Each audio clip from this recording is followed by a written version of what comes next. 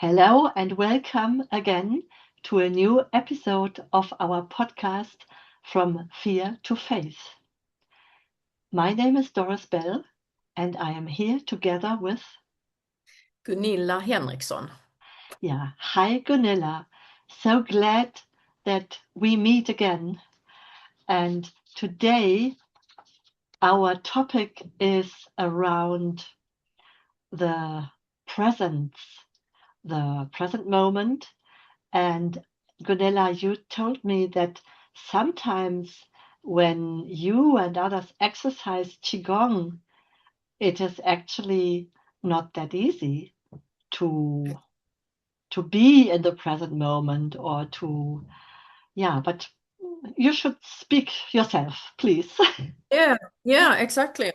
No, I can just tell from my own experience when I started like over 30 years ago with Qigong. Uh, it's very slow moments, and you're supposed to be, very slow, present. And at that moment, I got actually panic attacks because I had so much stress and I didn't want to feel my feelings. So it was very tough for me, in the beginning, but Mm, by time it got better and better. And can see that with clients now as well, if they have a lot of stress and if they're not in contact with their feelings, it can be really stressful for them. Even though, you have a desire to be present and to be, at peace. But if you have a lot of stress and a lot of mm, feelings mm. that you don't want to feel, then it can stress you a lot. Yeah, And also another thing I also notice when I coach, it's very important to have eye contact. And when I started with this some years ago, it was very hard for me because I got scared and I didn't want to be present with other people because it was so mm, scary. And mhm. I see that also in some clients, it takes a while for them to get calm, present, to look in each other's eyes. But once you get over this, both with Qigong or coaching, when you Mm, look, it's so beautiful. Then you meet, heart to heart, and yeah. you feel calm and you feel comfortable, and it's beautiful to meet another person being present with each other. Yeah. Yeah, so that's also my impression that you cannot be present and really open unless you calm down and your nervous system also has calmed down. Yeah, so and we sometimes try it the other way around.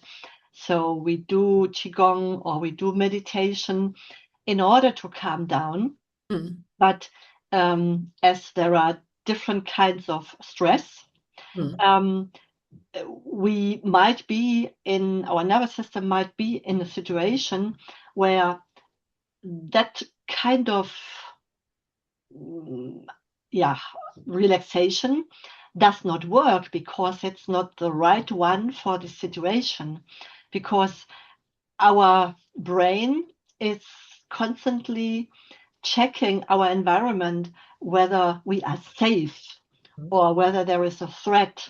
Yeah. mm, And unless we really feel safe, our nervous system cannot calm down, and the parasympathicus, so the nerve, the part of the autonomous nervous system that is more for the relaxation part, that cannot be very active. So we would still be in this sympathetic activation mode. Yeah. And then we always, even if we are not aware of it, our body thinks there is a threat. There's a permanent underlying threat. mm, Yeah. And I work a lot with leaders, and they are so pushed mm, by all their activities and their responsibilities and their tasks that they even don't feel or they would not say that they are in stress or under stress. Yeah, but honestly, and that's what like people like Dr. Joe Dispenza say, you can get addicted Yep. to your sympathetic activation. Yeah, and then it takes or the other ways of calming down, and that is mainly by certain breathing techniques that you can really calm down in a way that your nervous system says, yeah, now I'm also safe. Yeah, by just by decision alone that will not work. So I know, for example, maybe it's the same with Qigong, but I know from meditations, it often starts by just focusing on the breath. Mm. Yeah, and that has a reason, Yeah. because if you just start like I sit here and meditate, you will catch yourself with a lot of thoughts, and you will never be able to really calm down. But if you start with this breathing technique, Mm. that can really help. Yeah. And this is becoming not only conscious, but getting that safe feeling. And that will then, of course, also help once you are deeply relaxed to get back into this being more in the present moment. Yeah. So what I often see, I saw it by or see it by myself, how I was in the past, and I see it with clients, that we have a lot of thoughts, Mm. and we either stuck are stuck in the past, think Mm. about episodes that happened, or that we are already planning the next task. Yeah, like you can sit at the table with your family, with your child, speaking about how it was in kindergarten, and then once you fill the dishwasher, you realize that what did she say? Mm. So you were there, Mm. present, but you were not present with your conscious mind. Yes, Yeah. exactly. So what did she actually tell me? Yeah. And you have to admit, I didn't get it. Yep. Yeah. And that Exactly. is, I think that happens a lot. So many people will know this from themselves. Mhm. Yeah. But they don't know, or maybe they feel that this is this is how life is. This is, Yeah. yeah, normal. But in fact, I think it's not normal. It's unfortunately, I think it's tragic. It is, and Yeah. I wanted to say something there. After all my education with coaching and group coaching and stuff like that, is um, when I'm around people now these days, I very fast see if someone is present while you're talking to them, and if they're not, it's like you don't meet. It's like Mm, they're somewhere else, and it doesn't feel too good, I must say. It doesn't, and I'm sure you know what I'm saying. If you're talking to someone who is somewhere thinking about something else, it doesn't feel good at all. but do you have a tool to get this client back to you? What are you doing Yeah. then actually? Yeah, yes. I love the way, when I'm coaching people, because it doesn't take many seconds, actually minutes, to make them get back to themselves. Mm, I do sort of like yeah, it's a meditation first, and then it's like just really contact your heart, looking at each other's eyes, mm, not saying anything, just feeling your whole body, contact your heart, and look at each other, and like breathing. And after a while, it's like, oh yeah, now I start to feel that I exist. Yeah, And I start feeling maybe actually I'm really sad or I'm frustrated or, and then it's like they express it. And then it's like, yeah, wow, now I can reach you. Now, we get in contact. absolutely. So being able to name the feeling, Yeah. And that also, is, yeah, this is, not talk too much, not talking too much. Just like, yeah, you know, maybe I tell you, don't talk at all. Just feel what you feel in your body right yeah, now. What yeah. do you feel and what feelings do you have? Maybe you can't feel anything because you're blocked, but that's also okay. But Mm, mm, it's, it's mm. magic, how you can shift it.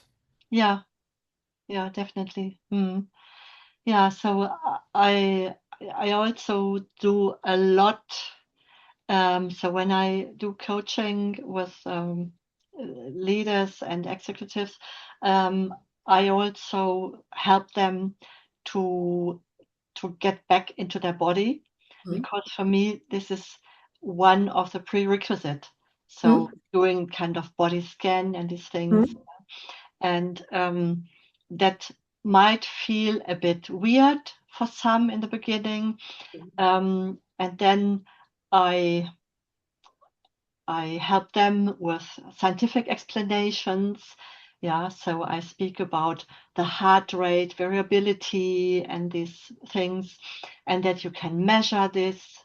Yeah, so there's a lot of clinical science behind it. For example, about the the variability of the heartbeat, and that the bigger the variability is, the healthier the heart is, and the healthier your body is. You would maybe expect the other way around.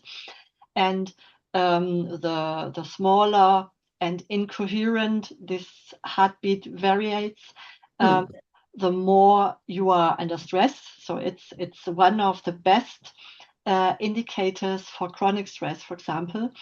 And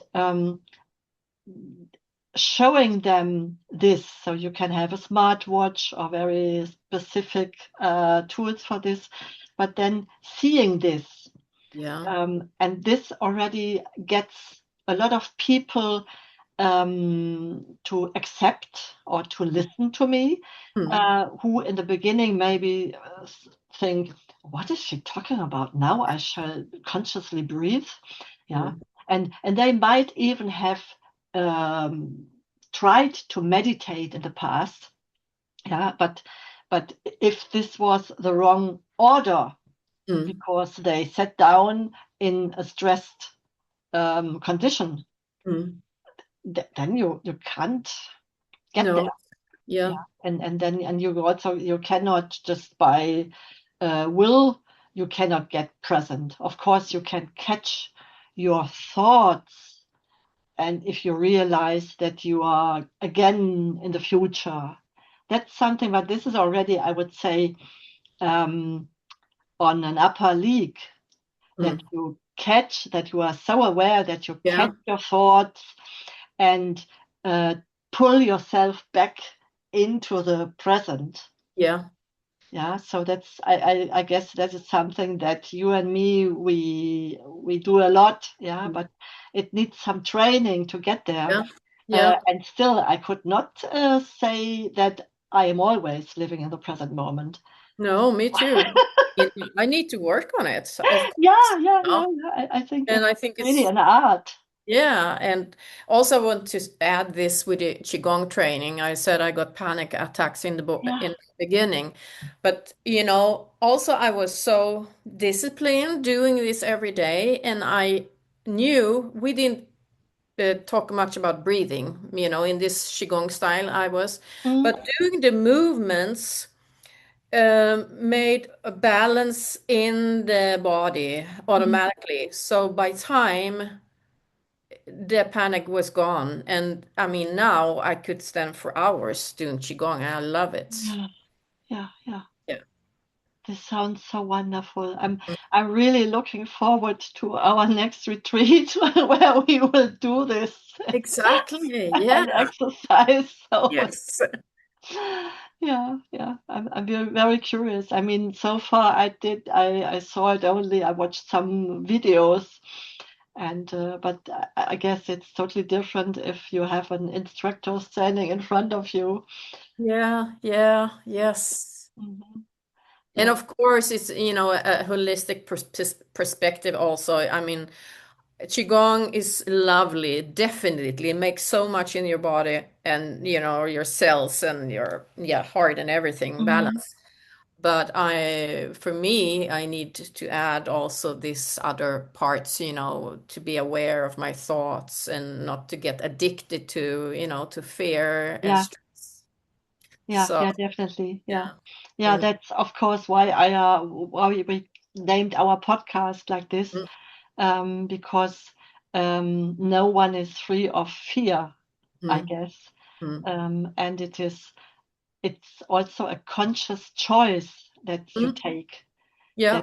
that you don't want to live in fear, and that you change. And this catching your thoughts and Mm, catching and with a body scan and catching your lower emotions. mm. Yeah, so by getting awareness about this, Yeah, becoming exactly. conscious about your emotions, this is so helpful. But you need to take the decision that you don't let yourself down and let Mm, yourself be managed or led mm. by these negative thoughts and emotions. Yeah. Yeah, and I mean, there's so many people that are addicted to stress also and are Yeah. addicted to anger as well. Oh yeah. Yeah. Mm, Or feel like a victim, and then mm, also have anger, are angry about someone else, and mm, yeah. mm, Mm. Yeah, so these are things where I think you and me and all the other coaches um, can help people. Yeah, mm, but I sometimes get in contact to people, or they contact me, um, and then we realize we cannot work together mm. because honestly, they are not yet there, that Exactly. they are ready to work on themselves. So Exactly. they expect like a miracle, maybe a miracle from me, Mm, that working with me, then everything will get fine. Yeah. Um, and then they want to give the responsibility away. But mm, I mean, if you do all this personal development, you can sooner or later you will realize that it's the responsibility is in you, is with you. Yeah, definitely. and if Yes. and it's a decision you take, is conscious, maybe not always conscious, but it's a decision you take Mm, to leave the situation where you are in, maybe with a mm, lot of anger or whatever, um, and step into the unknown, as Joe mm, Dispenza would say, mm, and to leave your comfortable situation. So if we are addicted to something like anger or so, that is the comfortable. This is the known situation, mm, and even if you sometimes have the idea there could be a better life, if you don't take that serious, mm, so now we are speaking about manifestation. If you don't mm. take that serious, you will not get there. No, exactly. Yeah, and then as you started, you um, if you want to be more present, but then realize that you are afraid of that, that Mm, you are afraid of um, connecting to yourself mm, and to your feelings. mm. Yeah, because it's so unknown, and maybe you will discover things that you Mm, have hidden for yourself for so long, mm. and you don't want to grab them, and you don't Yeah. want to look into it. No. Yeah, so that's a decision, and Mm. I think no one else can take that from the No. person. No. Yeah. Mm. Yeah. Gunilla, shall we just, as I mentioned quickly, this Qigong in the retreat, I would love to mention that there is still space for two more couples in our couples retreat.